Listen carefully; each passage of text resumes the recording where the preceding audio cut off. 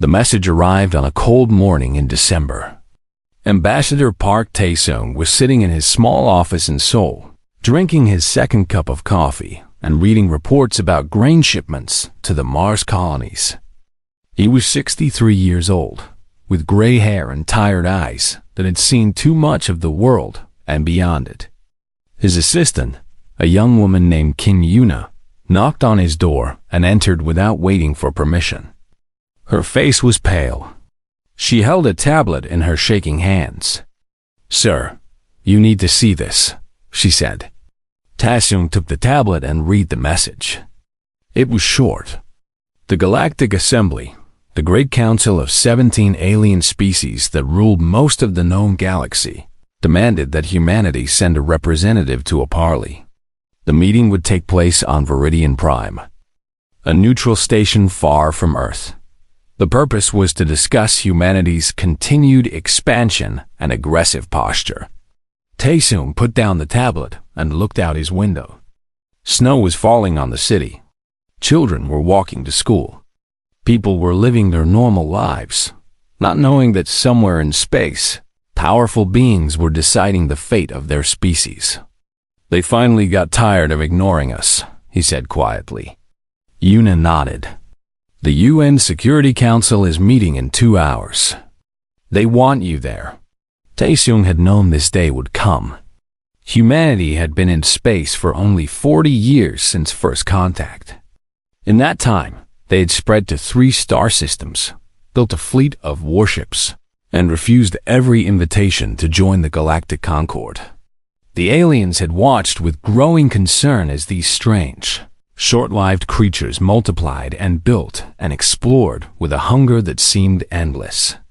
The Assembly had ruled the stars for 12,000 years.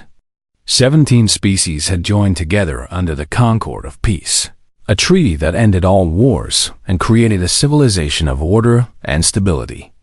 They had forgotten what conflict truly meant. They saw humanity as children playing with dangerous toys. They were about to learn how wrong they were. The UN Security Council met in a bunker deep beneath New York City. The room was full of generals, diplomats, and politicians from every major nation.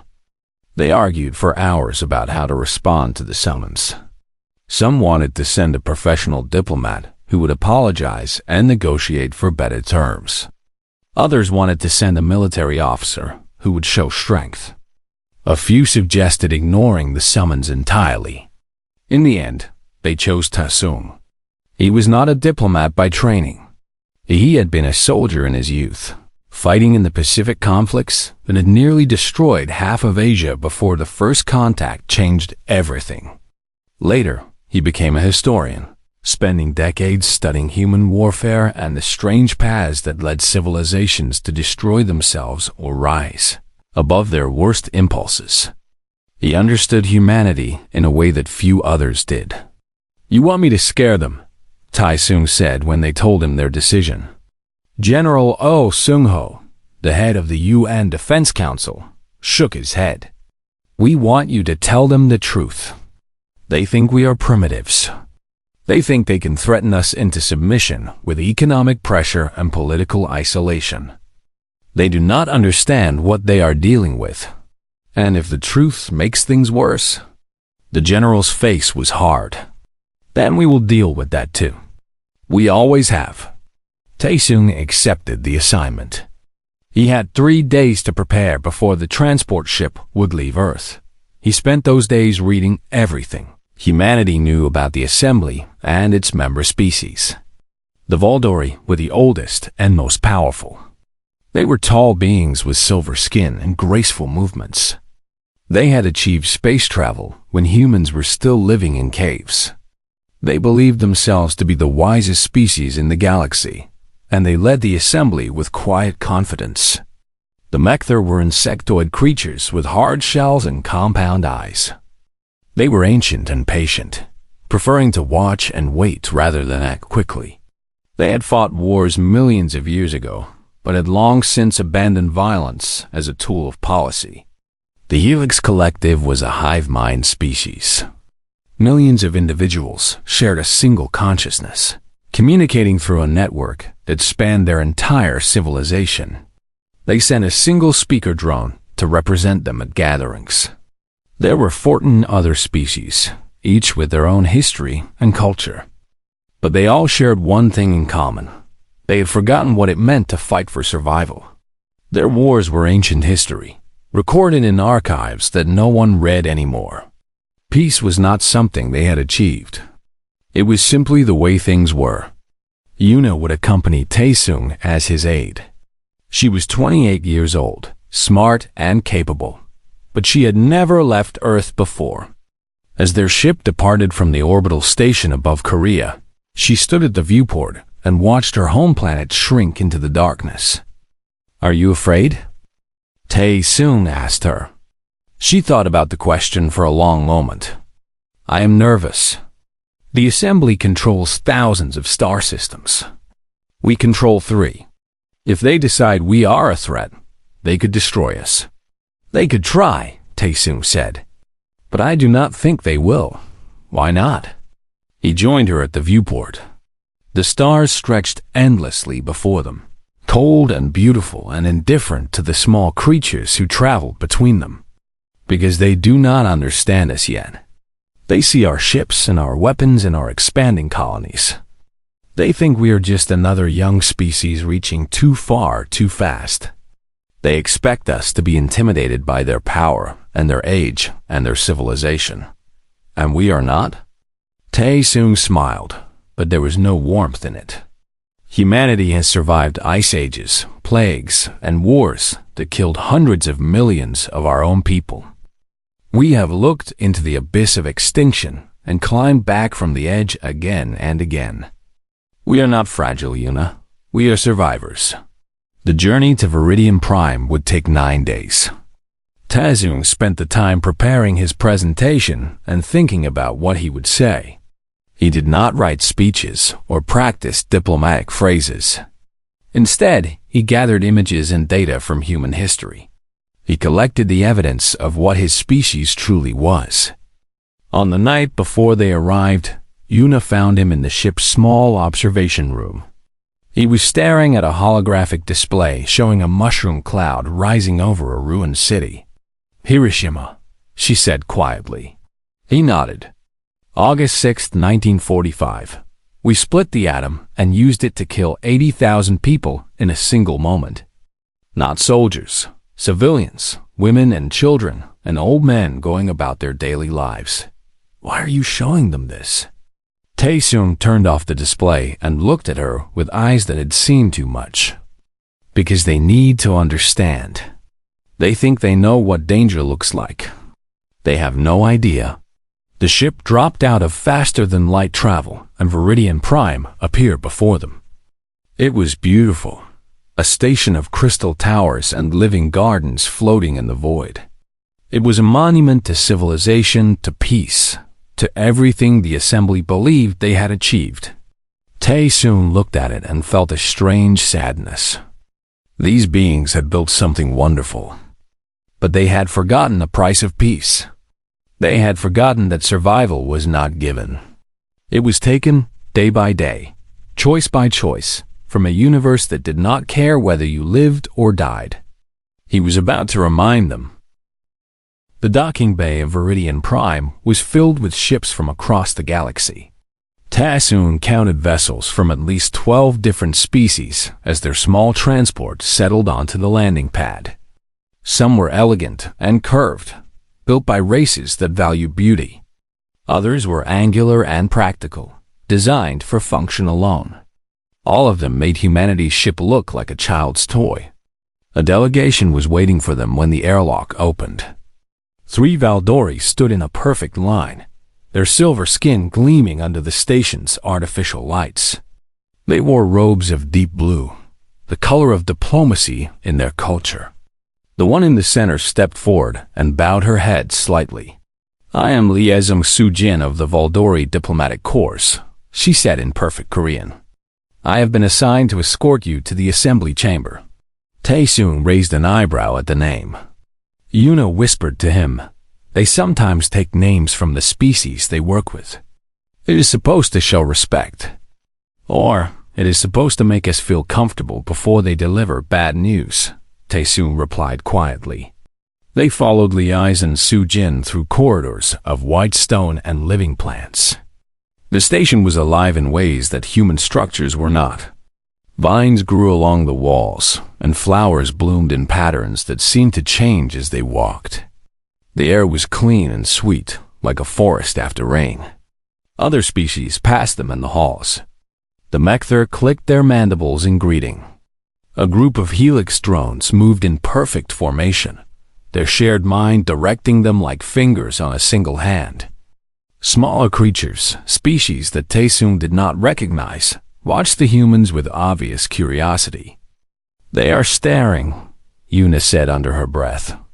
We are probably the first humans they have ever seen in person, Tae-soon replied. We are strange to them, short-lived, emotional, unpredictable. Is that how they describe us? In their reports, yes. They also call us aggressive newcomers with potential. They think we might be useful someday if we can be properly trained. Yuna's face tightened with anger, but she said nothing. The assembly chamber was a vast dome at the center of the station. Seats rose in tiers around a central platform, arranged so that every species could see the speaker clearly. Representatives from all 17 member species were already in their places. Hundreds of eyes, compound and simple, organic and artificial, turned to watch as the two humans entered. Tae-soon had faced enemy soldiers in combat. He had stood before generals and presidents and made arguments that changed the course of wars. But walking into that chamber, surrounded by beings who had traveled to stars when his ancestors were still hunting with spears, he felt truly small for the first time in his life. He did not let it show. The platform at the center of the chamber was designed for speakers of all sizes. Tae-soon stepped onto it and waited. Yuna remained at the edge, holding the tablet that contained his presentation. A Voldori rose from the highest tier. He was older than Liai's and Su-jin, with lines on his silver face and eyes that had seen centuries pass. He wore a crown of woven light that marked him as the High Arbiter, the leader of the assembly. I am Arbiter Kessin, he announced. His voice filled the chamber without effort. I speak for the Galactic Assembly. Human representative, you have been summoned to answer for your species' actions. Tae-soon bowed his head respectfully. I am Ambassador Park Tae-soon of Earth. I thank the Assembly for this opportunity to speak. Kessin did not acknowledge the greeting. In the 40 cycles since your species achieved faster-than-light travel, you have expanded to 3 star systems without requesting permission from the Concord. You have built weapons capable of destroying planets. You have refused every invitation to join our community of peace. Explain yourself. The words hung in the air. Around the chamber, representatives whispered to each other in languages that Tae-soon could not understand. He felt their judgment pressing down on him like a physical weight. May I ask a question before I respond? Tae-soon said. Kessin waved a long-fingered hand. You may. What do you believe peace is? The question seemed to confuse the Arbiter. He looked at his fellow representatives, then back at the human. Peace is the absence of conflict.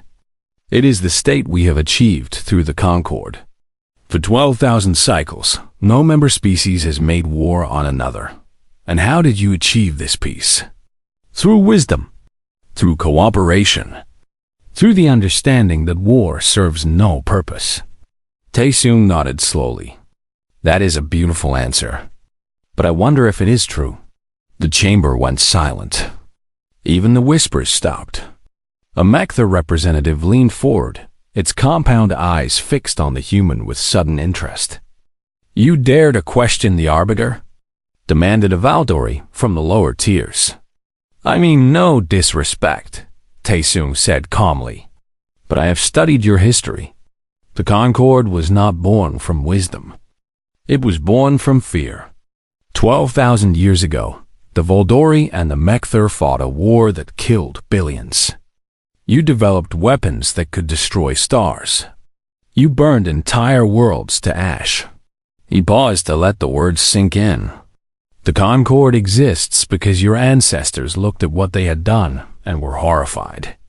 They chose peace not because they were wise, but because they were terrified of what they might become. Arbiter Kessen's face had gone pale.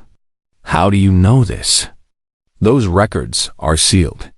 Humans are very good at finding information that others want to hide. We have had much practice. The Mecther representative made a sound that might have been laughter. The small one has claws, it said. I warned you, Kessen. The humans are not what they appear. Silence, Kessen commanded. He turned back to Taisung, and now there was anger in his ancient eyes. Whatever our history, we have transcended it. We have built a civilization that spans the galaxy. We have ended war. Can you say the same? No, Taisung admitted. We cannot. Then what right do you have to lecture us? You are children playing with fire. You will burn yourselves or you will burn others. Either way, you are dangerous. The chamber erupted in noise. Representatives shouted their agreement. Some called for sanctions. Others demanded that humanity be forced to disarm. A few suggested more extreme measures. Taisung waited for the chaos to subside. When it did, he spoke again. You are right that we are dangerous, but you do not understand why. Then explain, Kessen said coldly. You have forgotten what war truly is. You have forgotten the fear, the desperation, the choices that no one should have to make. Your peace is 12,000 years old. It has become comfortable, assumed. You believe that because you have not fought, you will never fight again. He looked around the chamber, meeting as many eyes as he could. Humanity has not forgotten. We fought our last major war just 47 years ago. We remember what it costs. We remember what we are capable of. And that memory is why we will not submit to your demands. You would risk war with the entire galaxy? Kessen asked, his voice rising. Taisung smiled, and there was something terrible in that smile. Arbiter, you have never seen what humans do when we believe we have nothing left to lose. I pray you never will. But if you threaten our survival, you will learn a truth that your ancestors knew and you have forgotten. And what truth is that? That some species do not surrender. Some species would rather burn the universe down than kneel. The chamber fell silent again. But this time, the silence was different. It was not confusion or anger. It was fear. For the first time in 12,000 years, the Galactic Assembly was afraid. The silence in the chamber lasted for a long moment. Taisung could feel hundreds of eyes watching him, studying him, trying to understand what kind of creatures stood before them. He knew what they saw. A small being, fragile, short-lived. How could something so weak speak with such confidence? He was about to show them. I have brought a presentation, he said calmly. With the Assembly's permission, I would like to share it. Arbiter Kessen looked uncertain for the first time. He glanced at his fellow Valdori, then at the Mecther representative, who nodded slowly. You may proceed, Kessen said. Taisung turned to Yuna and nodded. She activated the tablet, and the air above the central platform filled with light. A holographic image appeared, showing a city from above. It was morning. People were walking to work. Children were playing in schoolyards. A river flowed through the center of the city, reflecting the summer sun. This is Hiroshima, Taisung said. A city in Japan, a nation on Earth. The year is 1945 by our calendar. At this moment, approximately 300,000 people lived there. They were ordinary people. Farmers, teachers, shopkeepers, mothers and fathers and children. The image changed. A small dark shape appeared in the sky above the city. It fell slowly, almost gently, toward the earth. This is a bomb, We called it Little Boy. It weighed about 4,000 kilograms and contained less than 1 kilogram of enriched uranium. It was the second nuclear weapon ever built. The representatives watched in confusion. They had weapons that could destroy stars. What was impressive about a bomb that weighed 4,000 kilograms? And then the bomb exploded. The hologram showed the flash of light, brighter than 1,000 suns. The city disappeared in an instant, replaced by a mushroom cloud that rose into the sky like the fist of an angry god. The image froze, and numbers appeared beside it. 80,000 people died in the first second, Taesung said. His voice was quiet, but it carried through the silent chamber. Another 60,000 would die in the following months from burns, radiation sickness, and injuries. The city was destroyed. Not damaged. Destroyed. Nothing remained but ashes and shadows. He let the image hang in the air for a long moment. This was not done by an enemy from space. This was done by humans to other humans. We did this to ourselves. A helix drone near the front of the chamber made a clicking sound that its translation device rendered as distress. Why? It asked. Why would any species do this to itself? Because we were at war, Taesung said simply. And in war, we do whatever is necessary to survive. He signaled Yuna again, and the image changed. Now the chamber was filled with trenches. Long lines of mud and wire stretched across a gray landscape. Bodies lay everywhere. Some were whole. Many were not. This is the Battle of the Somme, 1916. In 4 months of fighting, over 1 million soldiers were killed or wounded. Not in a war. In a single battle. The two sides fought over a few kilometers of ground, and they paid for every meter in blood. More images followed. A city burning. London during the Blitz. Rows of graves stretching to the horizon. The fields of Flanders, where poppies grew red among the bones. World War I killed 17 million people. 20 years later, World War II killed 70 million more. We developed new weapons, new tactics, new ways to cause suffering on an industrial scale. We bombed cities into rubble. We marched civilians into gas chambers. We burned villages and scattered salt on the earth so nothing would grow. The chamber was completely silent now. Even Arbiter Kessin had lost his composed expression. He stared at the images with something like horror. And then, Taesung continued, we did something remarkable. The images changed again. This time, they showed something different. Hands reaching across barbed wire. A wall coming down while crowds cheered. Former enemies sitting together at a table, signing documents. We stopped. After every war, after every horror, we chose to rebuild. We buried our dead and helped our enemies bury theirs. We wrote laws and created institutions designed to prevent us from repeating our worst mistakes. We did not forget what we had done. We could never forget. But we decided to be better. He looked around the chamber at the assembled representatives of 17 species. You ask me why humanity builds weapons. Why we refuse to join your concord. Why we expand without permission. The answer is simple. We remember what we are capable of. We remember that peace is not a natural state. It must be earned every day, through strength and vigilance and the constant choice to be better than our worst impulses. The Mekthar representative leaned forward. You speak as if this violence is something to be proud of. No, Taesung said firmly. It is something to be understood. The Concord believes that peace comes from removing the capacity for war. You have spent 12,000 years trying to forget what your ancestors did. You hide the records. You do not teach your children. You believe that if you do not speak of violence, it will cease to exist. He shook his head slowly. Humans know better.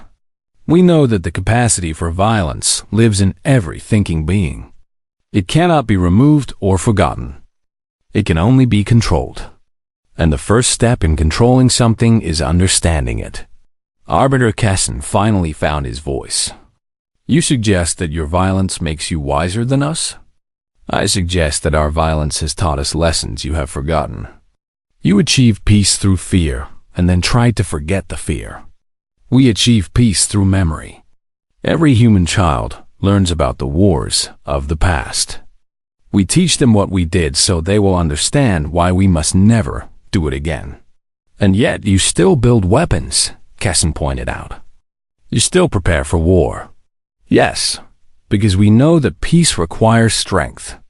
A peace that cannot defend itself is not peace. It is just the pause before the next war.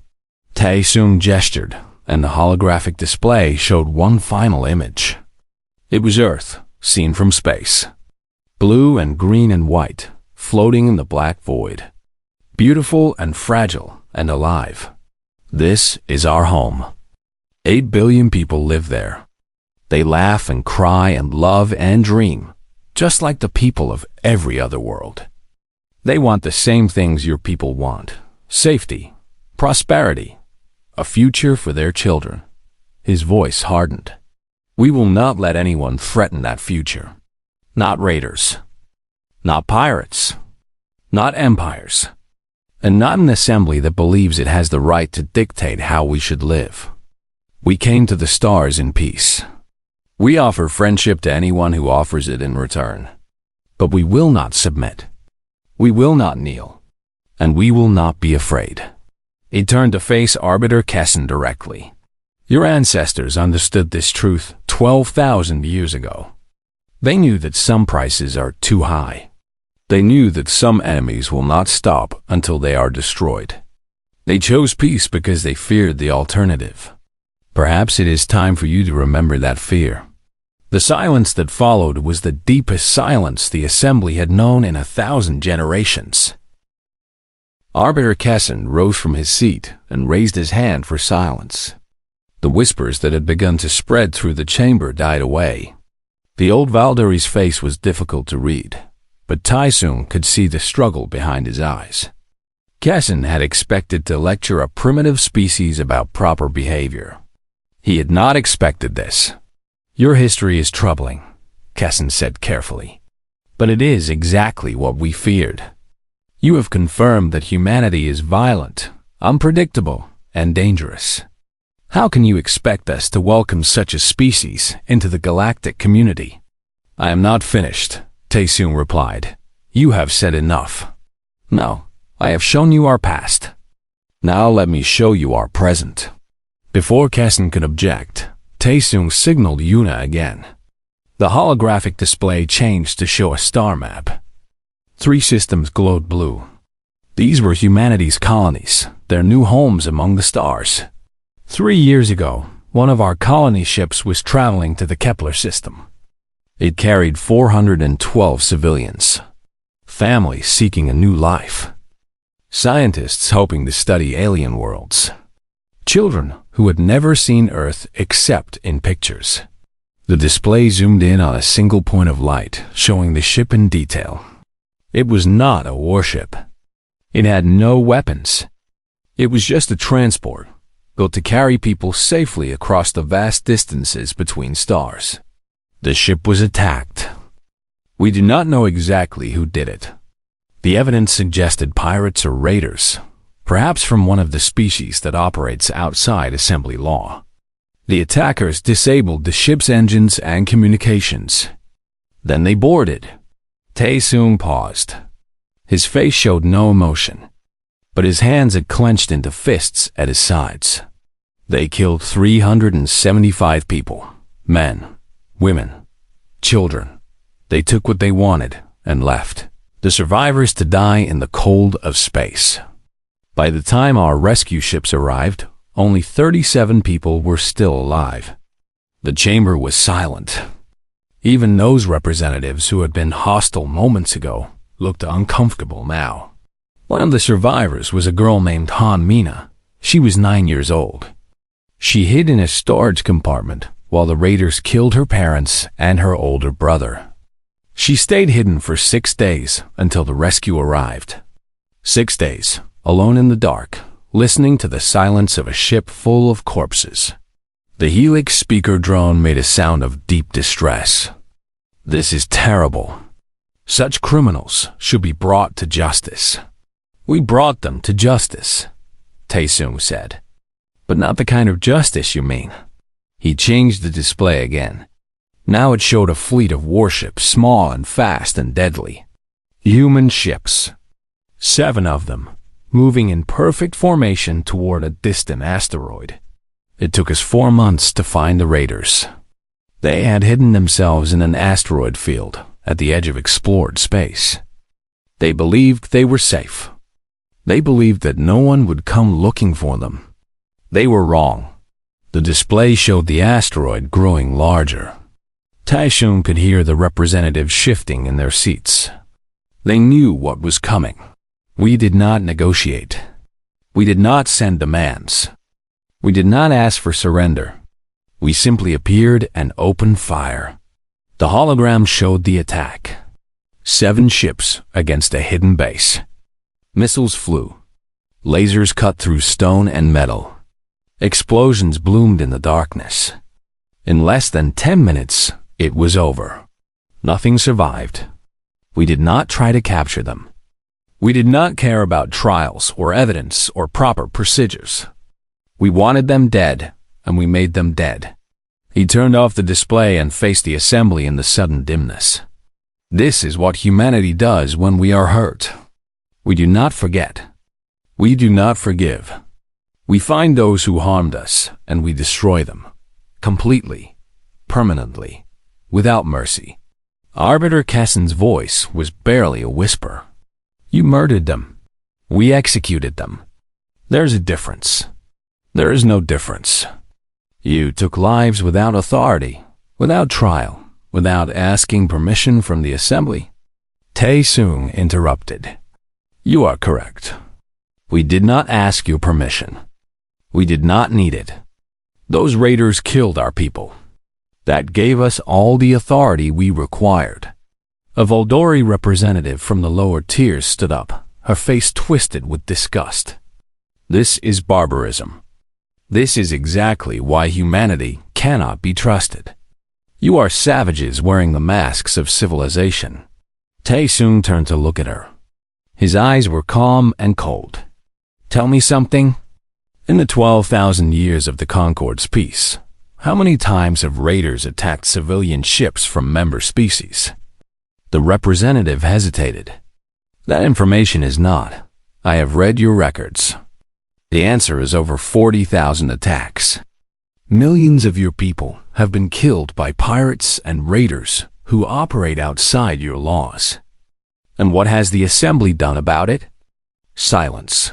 You pass resolutions. You issue condemnations. You increase patrols in some areas and reduce them in others. But the attacks continue. The killing continues.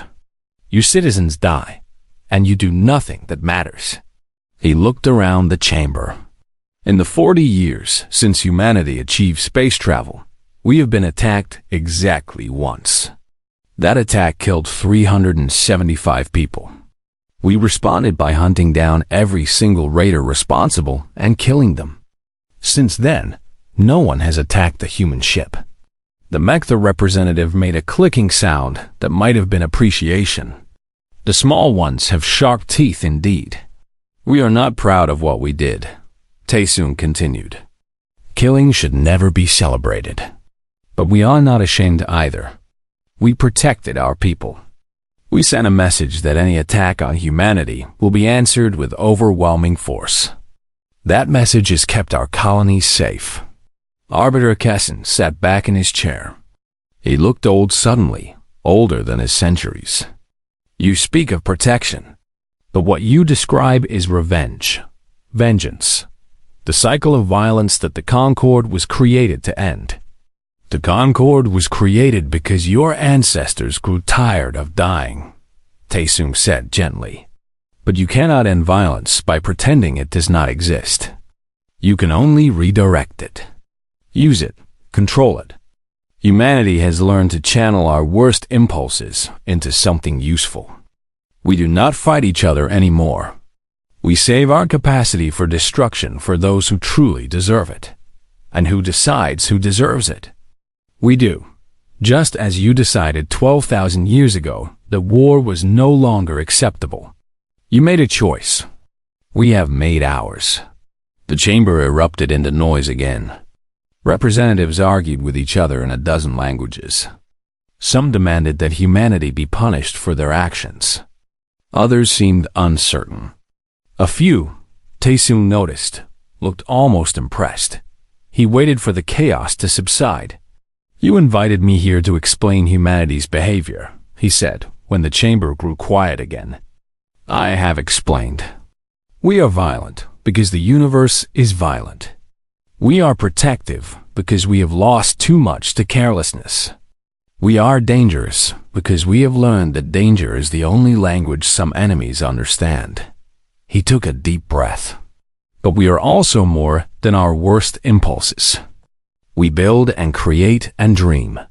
We reach for the stars not to conquer them, but to understand them. We want peace. Real peace. Not the comfortable silence of a species that has forgotten what it fought for. Arbiter Kessin studied the human for a long moment. What do you want from us, Ambassador? I want you to see us clearly. Not as primitives. Not as children. Not as threats to be managed. I want you to see us as what we are. A species that has walked through fire and survived. A species that knows the cost of war and chooses peace anyway. A species that will be your greatest allies if you let us, or your worst enemies if you force us. He spread his hands. The choice is yours. But choose carefully. Because whatever you decide, humanity will remember. The assembly recessed for 3 hours. Tae-sung and Yuna were escorted to a small waiting room with comfortable chairs and a window that looked out at the stars. Food was brought, though neither of them ate much. The tension was too thick for appetite. Yuna stood at the window, watching ships come and go from the station's docking bays. Her reflection in the glass looked pale and worried. Did we go too far? She asked. Tae-sung sat in one of the chairs, his eyes closed. We told the truth. How they respond to truth is not our responsibility. They could decide to isolate us completely. Cut off trade. Refuse to share technology. Make it illegal for any member species to interact with humans. They could. But I do not think they will. Why not? He opened his eyes and looked at her. Because I saw their faces. When I showed them Hiroshima. When I told them about the raiders. They were not just angry. They were afraid. And fear makes people careful. Fear can also make people do terrible things. Yes, but that is a lesson we have already taught them. They know now that if they threaten us, we will not respond with words. We will respond with action. That knowledge will make them think twice. Yuna turned from the window. You planned all of this. The images. The story about the raiders. The way you challenged them. I prepared several possible approaches. This one seemed most appropriate for the audience. You scared them on purpose. I reminded them of what they had forgotten. There's a difference. Before Yuna could respond, the door opened. Liajan Sujin entered, her silver face carefully neutral. The assembly has reached a decision. You are requested to return to the chamber. Tae-sung stood and straightened his uniform. How did the vote go? I am not permitted to say. You will hear the announcement with everyone else. They followed her back through the beautiful corridors of Viridian Prime. This time, Tae-sung noticed. The other species they passed did not stare with curiosity. They stepped aside, giving the human space. Some even bowed their heads slightly as they passed. The chamber was quieter when they entered. The representatives were in their places, but the hostile energy from before had changed. Tae-sung could not identify the new feeling. It was not friendship. It was something more complicated. Arbiter Kessin stood at his position, looking down at the central platform where Taesung took his place. Leo Valdori's face was still impossible to read, but his voice, when he spoke, was different, softer, more careful. The Galactic Assembly has deliberated on the matter of humanity's status in our community. We have considered your words, Ambassador, and your evidence. We have discussed at length what should be done. He paused, and Taesung felt his heart beating faster despite his calm appearance.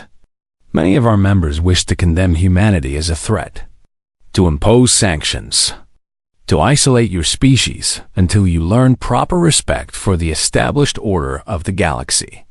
Taesung said nothing. He waited, but others argued differently. They pointed out that humanity's violence, while disturbing, has been directed primarily at other humans and at those who attacked you first. You have not threatened the Concord. You have not moved against any member species. You have simply refused to submit to rules you did not help create. The Mecther representative clicked its mandibles in what might have been agreement. After much debate, we have reached a compromise. The Assembly offers humanity a new arrangement. Not membership in the Concord as it currently exists. That would require you to accept restrictions that we now understand you will not accept. Instead, we propose a partnership of equals. Taesung kept his expression neutral, but inside he felt a wave of relief. Humanity would have full voting rights in all Assembly matters. Your territorial claims would be recognized. Trade and technological exchange would begin immediately. In return, you would agree to participate in collective defense against external threats and to abide by basic rules of conduct between species. What rules? Taesung asked. No unprovoked aggression against member species. Disputes to be brought before the Assembly for mediation before military action. Protection of civilian populations in any conflict. Basic principles that we believe even humanity can accept. Taesung considered this for a moment. It was more than he had expected. Much more. The Assembly was essentially admitting that they could not force humanity to do anything, and were choosing cooperation instead of confrontation. And what about the raiders? He asked. And the pirates who prey on shipping throughout the galaxy? Kessin hesitated. That matter is complicated. Make it simple. Humanity has proven that decisive action can stop such attacks. We would be willing to share our methods and participate in joint operations to protect civilian ships from all species. But only if the Assembly is willing to stop pretending that strongly worded resolutions are an effective response to murder. The chamber buzzed with whispered conversations. Taesung could see that his offer had sparked interest among several representatives. The raids were a problem that had plagued the galaxy for millennia. Perhaps humanity's brutal effectiveness had shown them a different way. Kessin raised his hand for silence. Your proposal will be considered by the appropriate committees. For now, do you accept the Assembly's offer of partnership? Taesung looked at the representatives gathered around him. 17 species. Thousands of years of civilization. Countless worlds and billions of lives. And they were asking humanity to join them. Not as subjects. Not as students. As equals. I accept, he said, on behalf of the people of Earth and our colonies. We will be your partners. But I have one condition. Name it. You will stop treating younger species as children to be managed. The galaxy is vast enough for many different paths to wisdom. Humanity's path has been hard and bloody, but it has brought us here. Other species will find their own paths. Let them. Guide them if they ask for guidance. Help them if they ask for help. But do not assume that your way is the only way. He looked around the chamber one final time. We did not come to the stars to conquer. We came because we finally learned that survival means growing beyond our worst nature. If the assembly truly values peace, then let us build it together. Not through submission, not through fear, through understanding and respect. The vote was called. 16 of 17 species voted in favor.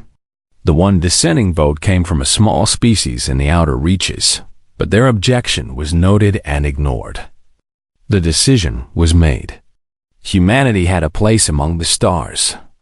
Later, as their ship prepared to depart from Viridian Prime, Yuna found Taesung in the observation room again. He was watching the station shrink in the distance, its crystal spires catching the light of a distant sun. "They are still afraid of us," she said. "Yes. Is that what you wanted?"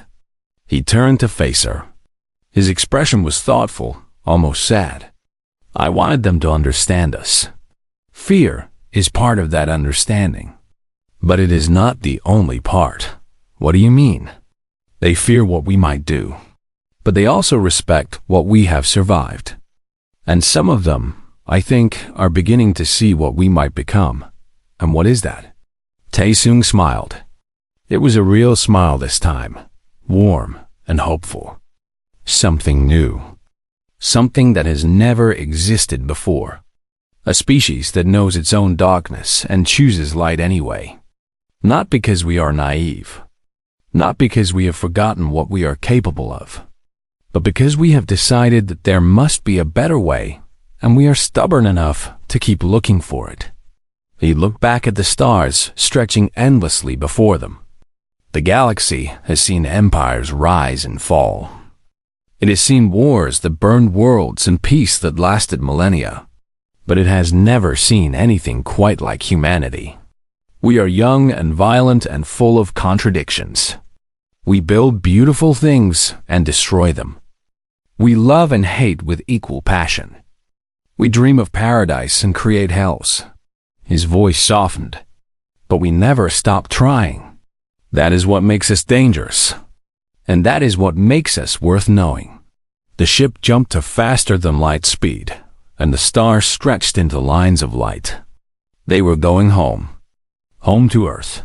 Home to 8 billion people who would learn that their place among the stars was finally secure. Not through surrender. Not through submission. But through truth and fear and the stubborn human refusal to be anything other than what they were. The galaxy would never be quite the same. And that, Taesung thought, was exactly as it should be.